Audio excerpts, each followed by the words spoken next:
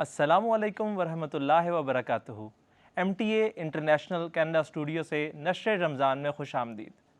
रमज़ान के महीना में हम कोशिश करते हैं कि खुदा ताला का कुर्ब हासिल कर सकें, और इस एपिसोड में हम देखेंगे कि रमज़ान हमारे नज़्म व ज़ब्त पे कैसे असरअंदाज होता है। ऐसा ही है ना फ़ारूक साहब? Absolutely, Tahir Saib. We're also going to be looking at the health benefits of fasting, amongst other interactive discussions. And with that, we're going to start Nashr-e-Ramadhan. रूहों में उतरती है सदा मुहिम हक के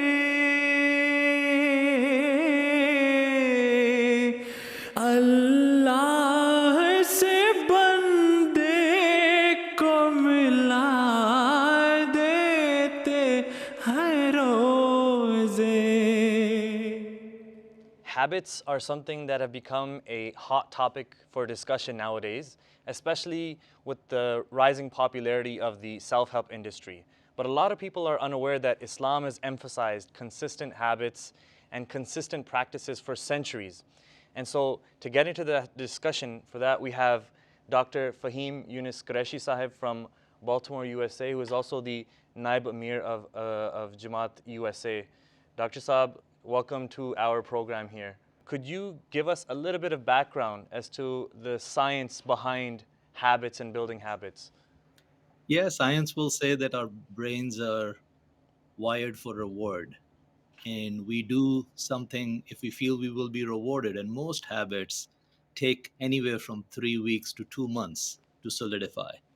It was a general understanding in 3 weeks, usually you'll get something to hardwire. But then more and more research came out and people started thinking it's about 66 days to be precise, Okay. that it's required for something to become your habit. But I think I'm always fascinated when I make these connections of what Rasulullah Sallallahu Alaihi Wasallam said, that you should take up good deeds only as much as you're able. So number one, don't overload yourself. Don't be overly ambitious. And the best deeds, as the Sallallahu Alaihi Wasallam says, are those that are done regularly, even if they're few. And that's the science of habit. If you really want to break it down, that's what the current science is saying. Pick up few things, build a system, and continue to grow on those few things. Yeah, I love the simplicity with which you said that. And as we know, the Holy Prophet ﷺ, he's known to have said that in the eyes of Allah the Almighty, the deeds which are most dear are those that are consistent. So that which we do every day. Sometimes a lot of people put emphasis into doing a lot at once. And as you mentioned, we overburden ourselves.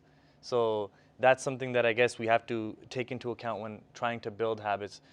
Now, I guess tying in Ramadan, because Ramadan is what, we're passing through the month of Ramadan, and how does Ramadan sort of facilitate us in helping us build good habits? See, that's the thing in why New Year resolutions fail. Because New Year resolutions is a goal. It has no system behind it. Setting a goal is important. It gives you direction. But it's the system that's going to help you get there. And Ramadan gives us the system.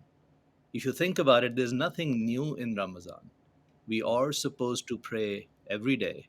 In Ramadan, we're just supposed to pray more. We offer our sunnah and tahajjud in solitude. In Ramadan, we do it for 10 years for itikaf, or for 10 days for itikaf.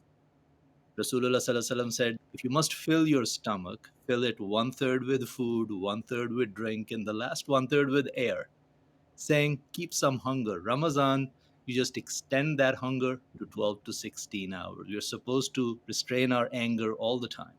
In Ramadan, you just go to the next level. You perform charity at all the time. In Ramadan, you become like a fast wind. So you think about it, Allah has given us this system. 30 days every year, boot camp.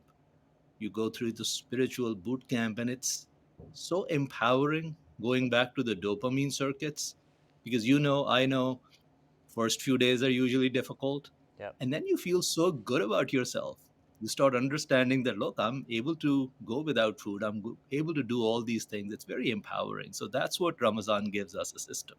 Yeah, and I think it goes, if I were to relate it to something, I would say that, when we start off by working out or going to the gym, the first initial days are really difficult, right? And it's heavy upon us to push ourselves to go back into the gym and to, to lift those weights or to exercise or to push our heart to its limit. But afterwards, we start getting this, actually, we start enjoying that struggle, and we sort of get this high from that, those Absolutely endeavors. right.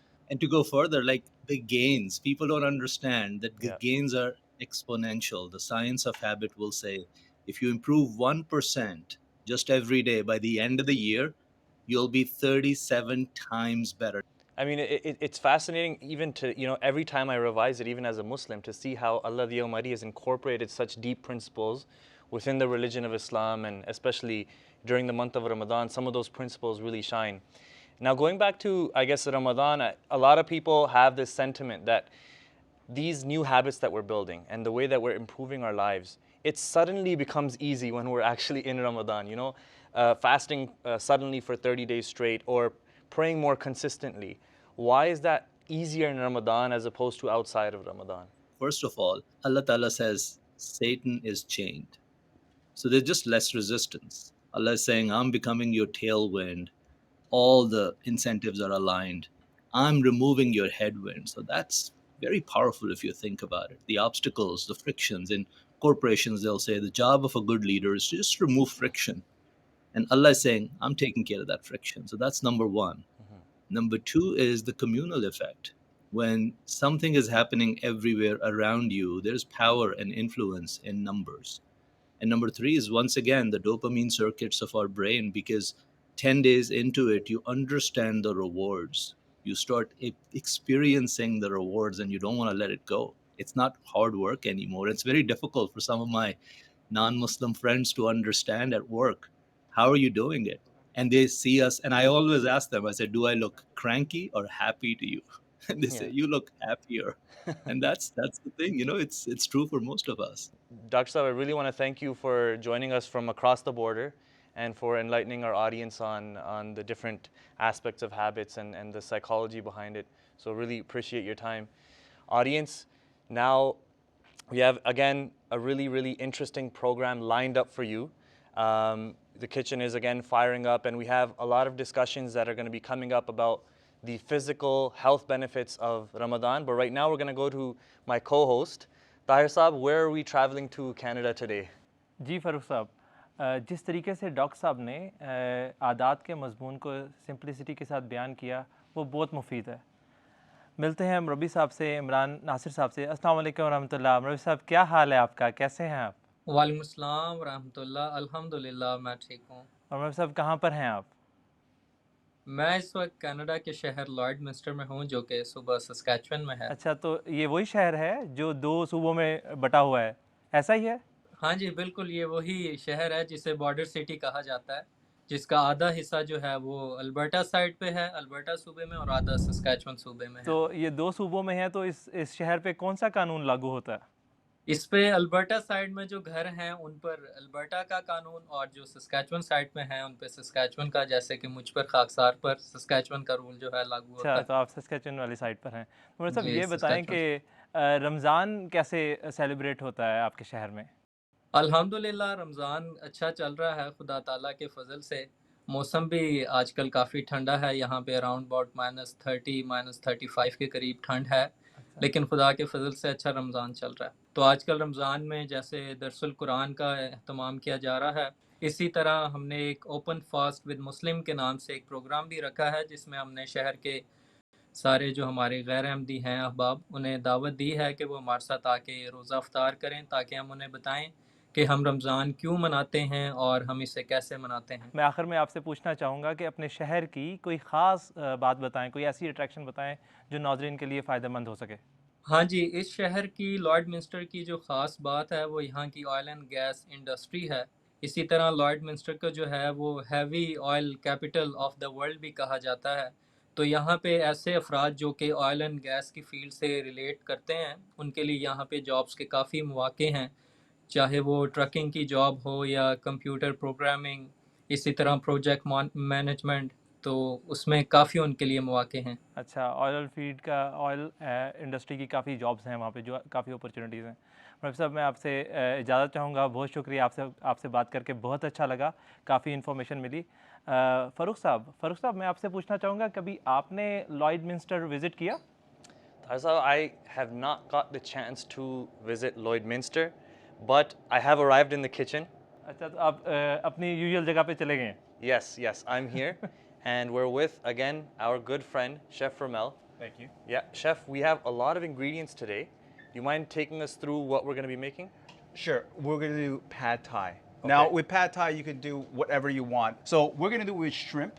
The shrimps are 16 to 20 count. So 16 to 20 pieces of shrimp per pound.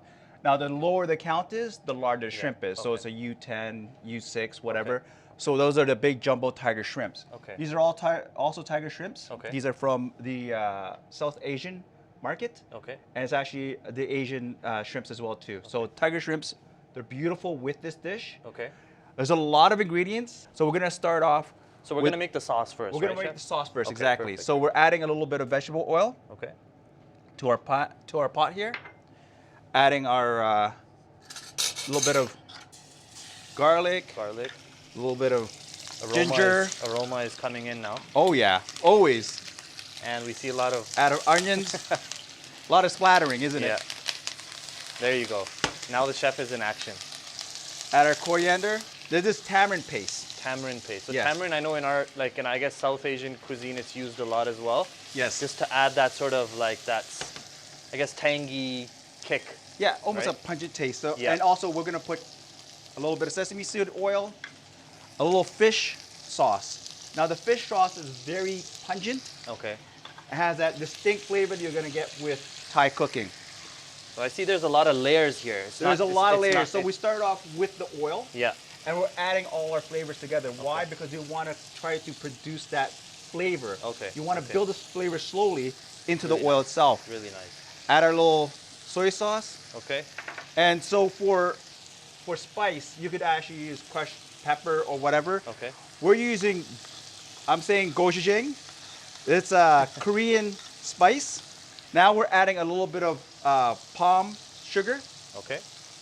You put as much or as little as you want. Interesting. And I think this is unique to Thai dishes, right? Exactly. Okay. And so all the flavors are coming together there. Now we're gonna add our shrimp. Okay. It's up to you how much shrimp you want to put in. Okay. Yeah, we have permission from Chef Ramel to use as much protein or shrimps as we want. So, and I guess while that cooks, let's get some feedback from Taisa. What do you think? तो pad Thai जो dish है ये Thailand की speciality है और इसके अंदर rice noodles के साथ श्रिम्प डाले जा रहे हैं. इसमें चिकन भी हो सकता है जैसे आप कंफर्टेबल हैं, लेकिन देखने में डिश अभी तैयार हो रही है और हम देखेंगे कि जब ये बन जाती है तो ये हमें कैसी लगती है. फरूख साहब, इसके बाद आगे हमारे पास क्या है? Yeah, so Chef, we're gonna proceed to our next segment. Is there anything else going into this right now? Not at this point. Okay. Well, now we're gonna go to our next segment. We've been talking about food. We've been talking about the spiritual impacts of Ramadan and building habits. Now we're with Dr. Noman Hassan Sahib, and we're gonna be talking about the physical health benefits of Ramadan. Absolutely. Jazakallah Mirza for having me. I'm already hungry with all this stuff you have going on in the kitchen. Mirza, as you already know, fasting has been practiced for centuries for spiritual reasons, for lack of resources or scarcity. But it is now that we are seeing the benefits of fasting through scientific evidence. Yeah. And it is astonishing that just recently in 2019, one of the most renowned journals across the world, New England Journal of Medicine, published a review paper discussing or highlighting the benefits of or health benefits of fasting. Okay. And if you can get your hand on a paper, I recommend you reading that paper because it's astonishing to see what is prescribed for us has so much benefit. Absolutely. I think that, it's interesting. We were having this discussion earlier as well about how science is just catching up to what Islam has said about many things that perhaps a religion may not have anything to do with, but we see that Islam has tremendous wisdom in all its commandments and teachings and how it impacts us, not just on a spiritual level, but physical level and on a mental level, and how it helps us regulate our emotions, etc. So there's so many things we can, have the list going. But I want to get into what you have prepared for us today, and that is the physical health benefits, right? And so I guess fasting is deeply related to food, right? Or the lack thereof. Absolutely. So let's start off with the digestive system and how it sort of impacts our body. I think the main thing that we all feel is the lack of food. Yeah. So here we have a diagram of a human body, and if we take the skin and just look at the digestive system, when we eat, the food goes to the esophagus into our stomach. Yeah. And from there on is digested into smaller pieces, further into, and it's basically broken down into our small bowel to a cellular level that could be, absorbed through the bloodstream and goes to the liver. The liver does all the detoxification processes and stores the energy that it can use in a setting where energy is required, but the rest of it is sent throughout the body to be stored as fat. One of the things that fasting does for us is that it's a natural detoxification process. So it switches the utilization from glucose as source of energy to using stored fat in our body. Glucose is what our liver stores, right? Absolutely. Okay. So glucose, any carbohydrates that we're eating is metabolized or broken down into carbs or into sugars that our body can use for energy. Okay.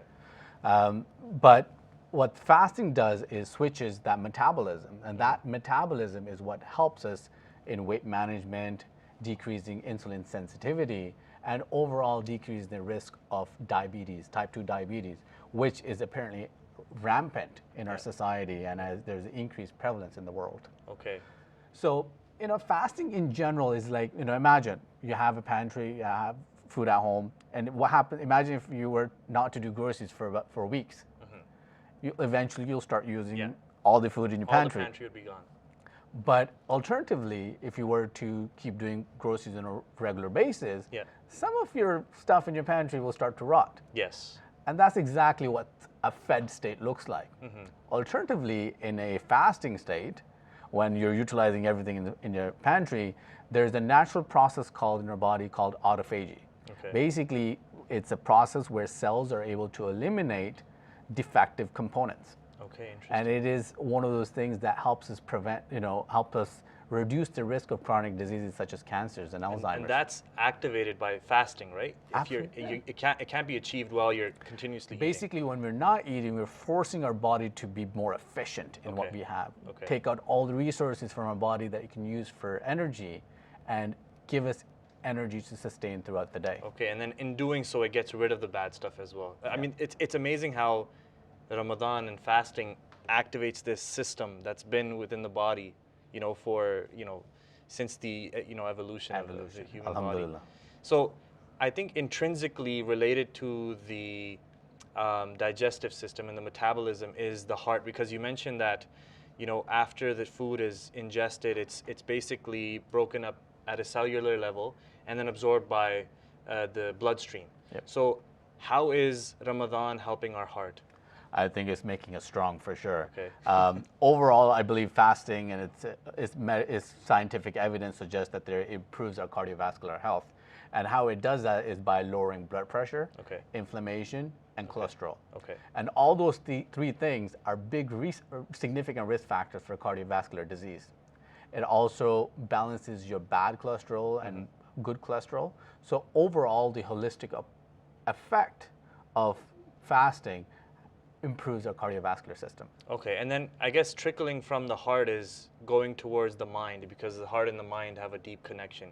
So what about, sometimes people say that I feel a little bit unfocused, or perhaps they have this doubt that fasting causes some brain fog. So what would you say about that? It may be initially, but the evidence suggests that it's exactly the opposite. Fasting promotes a protein in our brain called brain-derived neurotrophic factor. Okay. It helps promote learning, it helps promote memory, and overall function.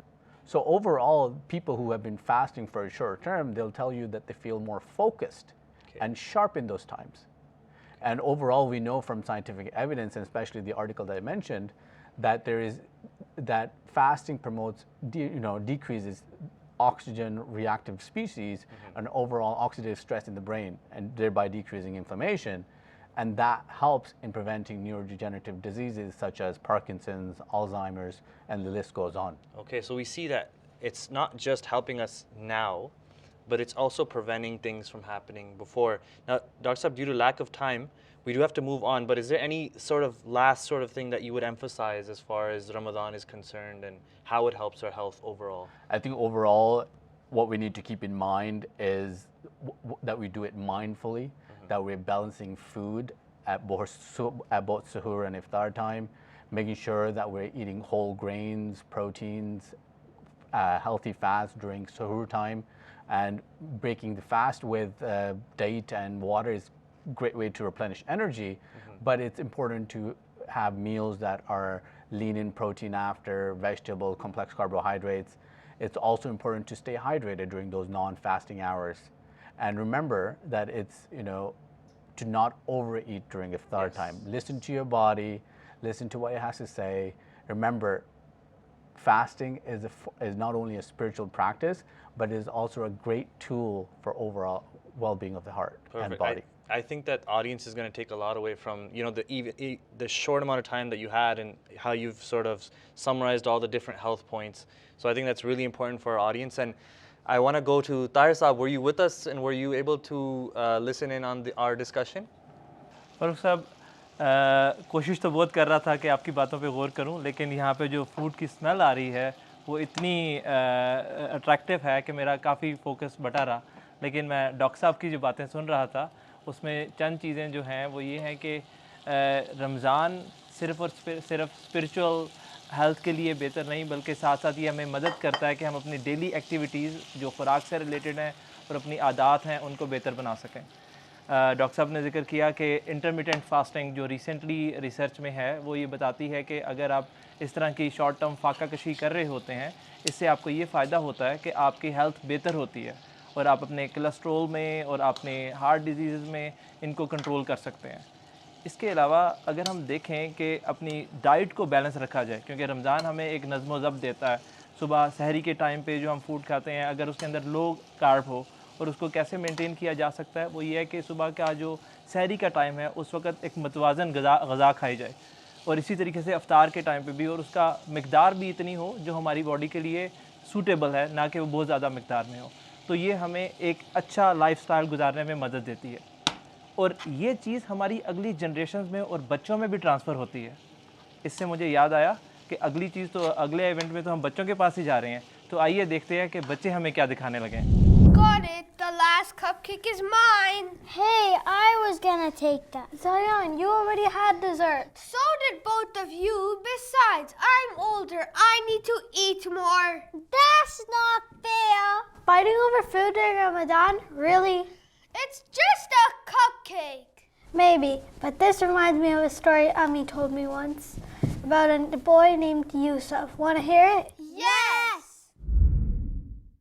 A sweet sacrifice. One bright summer day, Yusuf and his little sister Amina were playing outside when they spotted an ice cream truck. "Yusuf, bhai, it's the ice cream truck," Amina exclaimed. "Oh, please, can we go buy some?" "Let's go ask Amma," Yusuf replied. Soon after, they headed to the park where the truck had stopped. "Can I please have chocolate ice cream?" asked Amna to the driver. "And I would like to have vanilla ice cream with some sprinkles on it, please," said Yusuf. They both watched in excitement as the driver began to prepare their favorite sweet treat. They sat down to eat, but just as Yusuf lifted his cone for a taste, he heard a shriek. Amna's ice cream had fallen on the ground, and she burst into tears. Yusuf looked down at the melting ice cream and felt bad. "Could you buy her another one?" he asked his mother. "The truck has already left, Yusuf," she said with a sigh. He glanced at his own cone, thinking about a hadith. None of you has faith until he loves for his brother what he loves for himself. Without hesitation, he walked over to Amina. "It's okay, Amna. You can have mine." "Really?"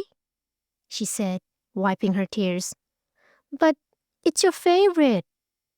"Well, you're my favorite sister," he replied with a smile. "I'm your only sister," she corrected. I know, but I won't enjoy it if you can't have some too. Jazakallah, Yusuf Bhai. I thought I'd have to wait until next week for the ice cream truck to come back. But this is even better. Everything tastes better when we share together, Yusuf said. The siblings and their mother walked home happily, having learned a valuable lesson about kindness and selflessness. The end. So, what can we learn from this story? To take care of others, not just yourself. And that if we share with others, everyone can be happy. Ramadan is a very special time when Muslims try to do even more good things to make Allah Ta'ala happy. We give up some of the things we love to do, like eating our favorite foods, like ice cream or cupcakes, and try to spend more time reading extra prayers or taking care of each other, because we want Allah Ta'ala to be pleased with us. This month is a reminder to give, to share, and to be patient. Here's Arya and Zena. Let's share the last cupcake.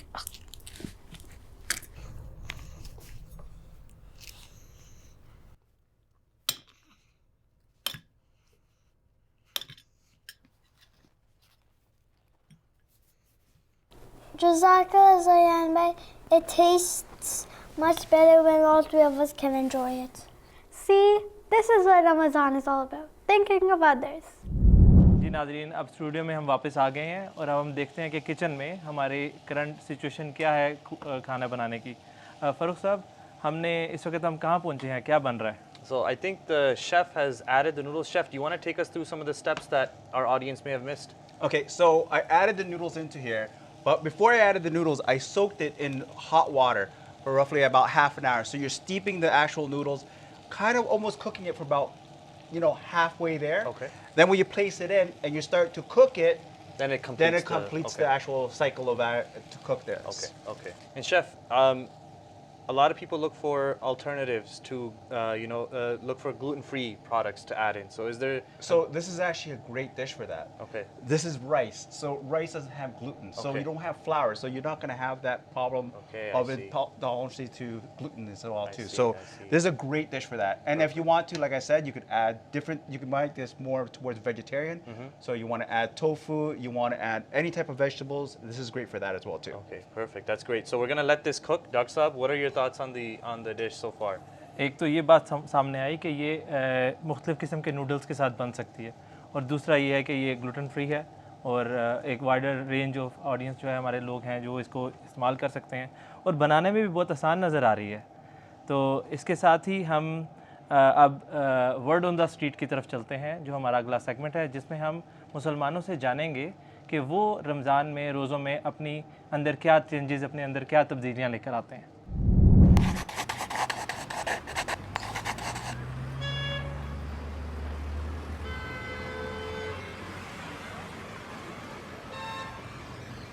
We fast by restraining ourselves from food, but mostly we restrain ourselves from the distractions of the world and focus mainly to get closer to God, focus on reading the Quran more every day, more prayers, listening to Daras at the mosque. The Holy Quran was revealed during the month of Ramadan, so we try to recite the Holy Quran as much as we can during this month and ponder upon the meanings of the Holy Quran as well by attending the rules which happen every evening in the mosque. I think Ramzan kind of forces you to look inward more than outside. So what normally happens is you kind of get encouragement from other people doing the same thing as you, but at the end of the day, it's you versus you, right? I try to read more Quran than I usually do, and it helps that the people around me are also doing the same. So it kind of pushes you to do better as well, because everyone else is making the same efforts as you. So having that unity and pushing forward, so that helps a lot. Last Ramadan was my first, and this is my second. My first was give me the opportunity to elevate to be more spiritually grounded. And I'm hoping that I'm going to improve on all those gains that I made in my first Ramadan.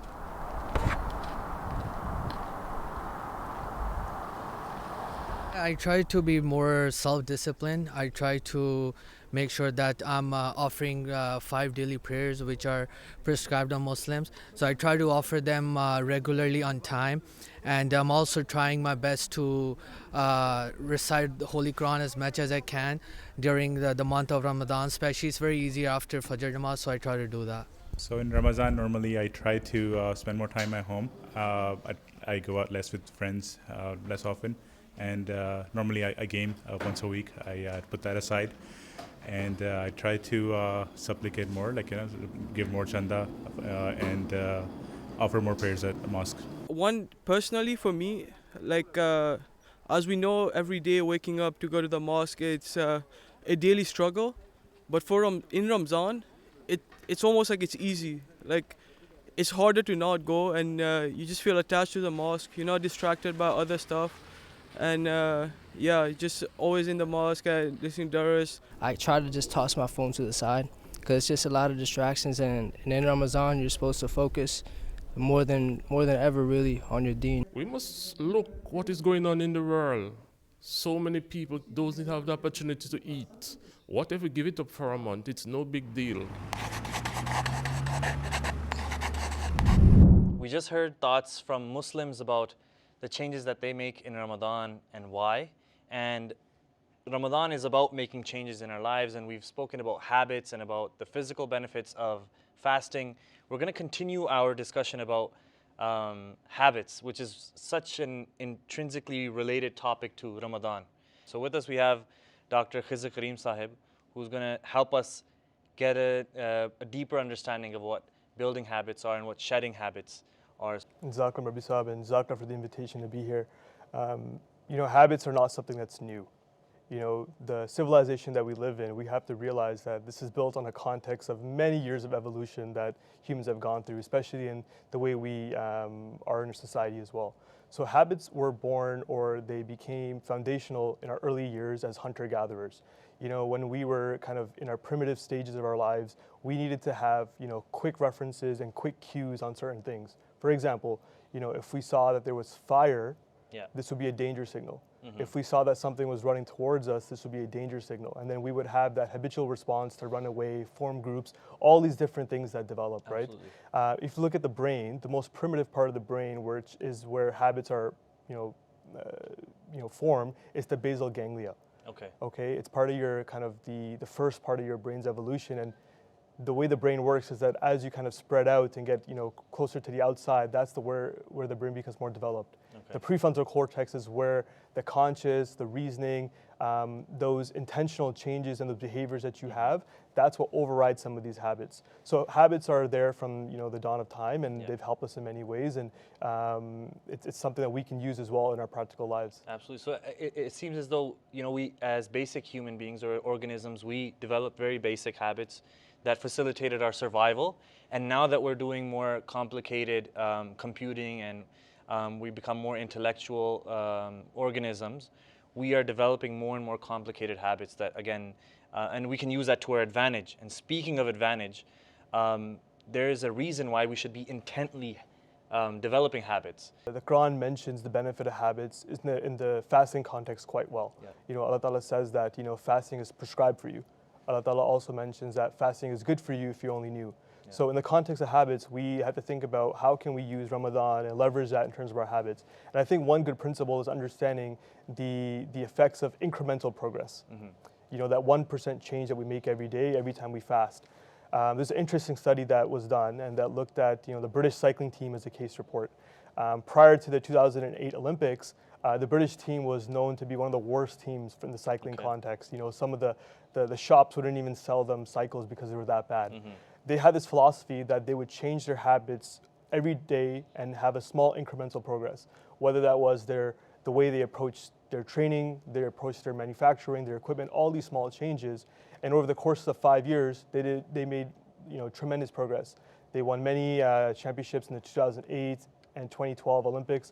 And it goes to show that in Ramadan, if you have a certain goal that you want to achieve every single day, whether how small it is, the way it compounds, has tremendous effects. So I think that's one context or one way we can use habits in the context of Ramadan to really improve ourselves. So coming to now, not just building habits, but shedding habits, because there's a lot of things we do unknowingly or knowingly that become habits that are not necessarily good for us. So how do we go about shedding a habit that is not good? That's a great question. And, this kind of tailgates on the previous point that while we can make 1% improvements, small, maladaptive behaviors can also compound and leave us into really bad states of mind and being. So that's a great question. Yeah. Here's my thoughts on that. When we look at Ramadan, what does it give us? It gives us a chance to start fresh. It takes away our social cues, our environments, the people we hang out with, and it allows us to focus on, the negative habits we've made and focus on the positives. And there's one interesting study I want to bring up. In the Vietnam War, there were 2 congressmen that went and visited the American soldiers just to see kind of how things were. And what they realized was that almost 20% of American soldiers in Vietnam were very addicted to drugs. And I'm talking about hardcore drugs as well. Okay. So what happened as a result of this was that when they came back and the Vietnam War finished, they started a anti-drug task force for these soldiers. Okay. And what they found was that almost 90% of these soldiers who were addicted to drugs in Vietnam had no addiction back home. Mm-hmm. And that completely went against the conventional thoughts about addiction at that time. So what does that mean? This means that our environmental cues, the people we hang out with, the environment that we're in, the certain behaviors that we have in certain contexts, when we're in a completely different frame of mind, we're allowed to liberate ourselves from these things and really kind of focus in intentionally on what we want to achieve. So I think Ramadan, if you think about it, you're not hanging out with your friends as much. At work, you have a different frame of mind. You're not, spending time on lunch breaks and all these things. You're constantly reminded by your hunger. Exactly. Right? So, you break away from that environment and you can break away from these habits and really kind of be intentional on what you want to improve in your life. Perfect. So I want to thank you, Dr. Saab, for your time that you gave us, and you shed some insight into habits, and I'm sure that our audience benefited a lot from that. The audience, now we're going to be going to the kitchen, and my co-host is already there, so we'll be walking towards the kitchen. Dr. Saab, what's happening in the kitchen right now? जी फारूक साहब, आपको बताऊं कि chef ने dish तैयार कर ली है और बहुत ही अच्छे तरीके से प्रेजेंट भी की है। खुशबू भी इसकी बहुत अच्छी आ रही है। ये बनाने के लिहाज से भी बहुत आसान है और अपने घर में भी ट्राई की जा सकती है। Absolutely. Chef, you've prepared a really beautiful plate there. Could you take us through some of the garnishes and how you've sort of put this dish together? So some of the garnishes that I used here is typical for most pad thais. Okay. We add a little bit of scallions inside there. We did actually a little bit of black sesame seed in there just to give it a little bit more color. Nice. We also placed a little bit of nuts in there. Okay. Now the nuts will increase your protein count as well too. So you can really customize it with the different things and add different flavors with the nuts and absolutely. The condiments and even if you want to add a little bit more spice, a little bit of sriracha in there. Beautiful. What are the benefits that we're getting from this dish? So when it comes to this dish, you have something gluten-free. Yes. So you're using a rice noodle. Or you could use a gluten-free noodle, but this is actually a really great noodle for this. Absolutely. So if you want to use shrimp, you want to use beef, you want to use chicken, and again, if you want to go vegetarian, you could add still protein with the soybean curd.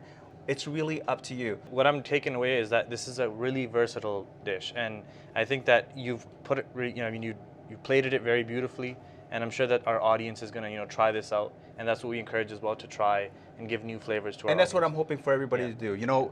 Don't be scared. It's not complicated. Yeah. We're not rocket scientists in the kitchen. Actually, I'm trying to figure out what rocket scientists say to other rocket scientists at this point. Okay. Dr. Saab, what are your thoughts, and if you can let us know where we're going next as well. जी बिल्कुल, जिस तरह chef ने बताया, एक चीज़ जो बहुत important है कि आप इसके अंदर जो आपके पसंद की चीज़ें हैं आप उसको रिप्लेस कर सकते हैं जो शेफ़ ने बनाया। जिस तरह इसमें श्रिम्प है, उसकी जगह चिकन आ सकता है, इसमें राइस नूडल्स हैं, उसकी जगह दूसरे नूडल्स आ सकते हैं, बहुत सारे डिफरेंट किस्म के नट्स हैं, वो भी चेंज हो सकते हैं। फारूक साहब, देखने में बहुत अच्छी डिश है और जायका भी इसका उम्मीद है बहुत अच्छा होगा। अब हम जाएंगे अपने ब्यूरो की तरफ, जिन्होंने हमारे लिए एक रिपोर्ट तैयार की है।